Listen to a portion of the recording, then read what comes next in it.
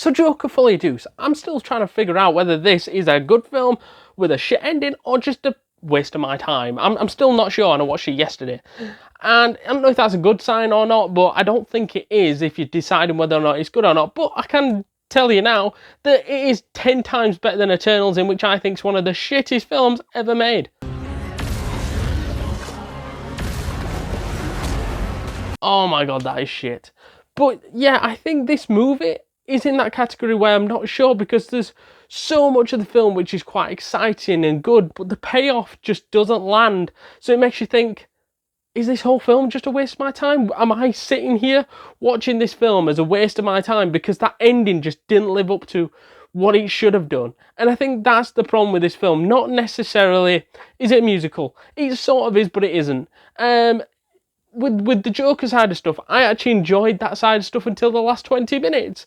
So there wasn't really much of an issue with anything else apart from the ending, in my opinion, which killed it. I think at the minute, I'm sort of thinking it's a good film due to the stuff with Joker and the character development with Joker all the way through the film. With him entering into this film a broken down person who's got mental health issues that you can clearly tell, and he's been mentally and physically abused while he's been in prison, because he's not the same Joker that we saw at the end of Joker 1. This guy is a shell of himself, and I think it doesn't take long to find himself again, but I think as soon as he meets Harley Quinn, it's like he fell in love with something, and then he found himself again. It took a while, and Joker and Harley Quinn worked alongside each other to try to get that Joker side out of him again, and he managed to do that probably towards like 3/4 into the film, where we're getting to see the Joker that we loved from the first film. However, that lasted like a scene, and then they decided to go, know what, he's going to get abused again soon as he becomes Joker, to get the Joker back out of him, because these prison guards are just beating and abusing him, so that Joker element gets took out of him completely, which is pretty fucking dark, I'm going to be honest. But I did expect in these two, in the Joker franchise, because they're quite dark films to watch, but it is the best backstory for the Joker, if you get me. But no, I think then it shows him abused again and turning more back into Arthur Fleck, like we saw at the start of the film, which shows that that's probably happened to him when he entered the prison, that he got abused and took that smile off his face, really.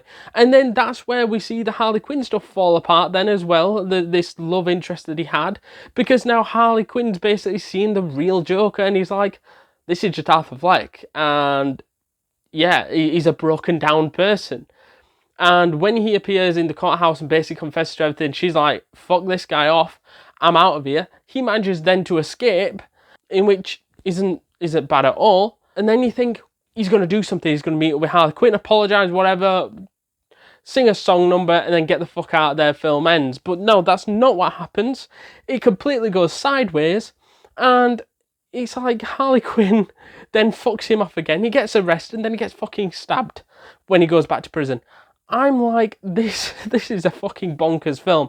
And that ending, that last 20 minutes killed the film, where he was that broken down guy again. There was no need to do that. He built up, just been knocked down again. I just don't get it. I just don't see the reason why they needed to add that in, and also potentially kill Joker off. It's one of those for me that's shit, I'm going to be honest, and I think that a lot of people weren't happy with that ending in particular. And it felt that the whole flow of the movie, like I mentioned when we talked about it in the intro, that the whole flow of the film, getting up to that big moment, getting up to that big break of seeing Joker and Harley Quinn's story play out, and then getting the crushing moment at the end of the film where Joker just gets killed and Harley Quinn fobs him off. I get it.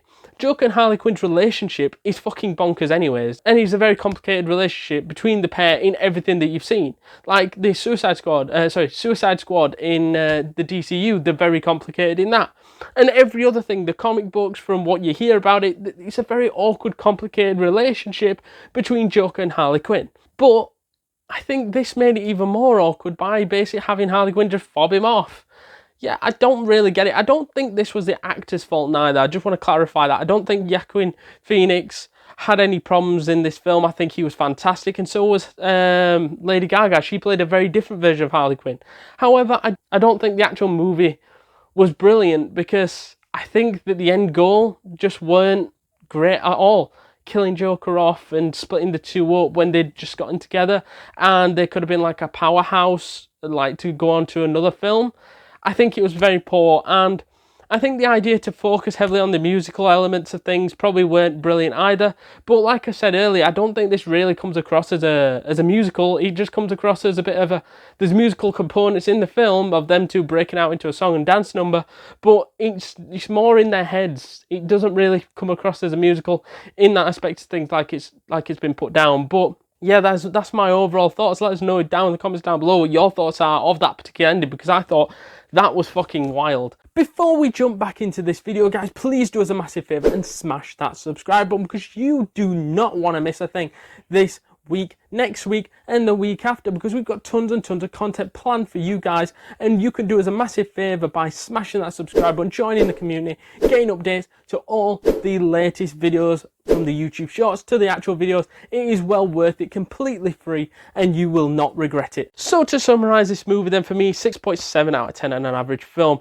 Please do let us know though down in the comments down below what you thought of this film, because everybody I've talked to have a different perspective of this film. People turn around and say it's from the Joker's perspective, people say it's from this perspective, and if you're still thinking about watching it, I'd go watch it and then figure it out for yourself whether it's a good, bad film.